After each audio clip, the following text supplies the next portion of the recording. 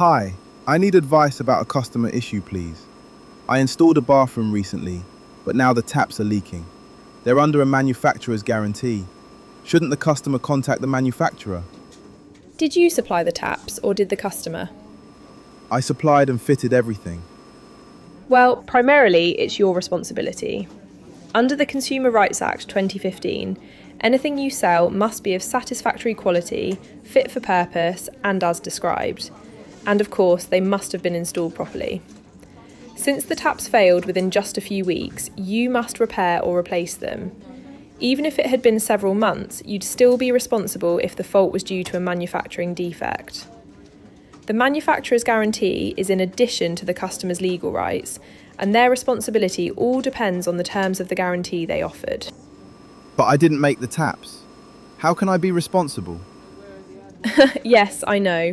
But because the customer's contract is with you and you have legal obligations to your customers, the manufacturer's warranty doesn't take away your responsibility.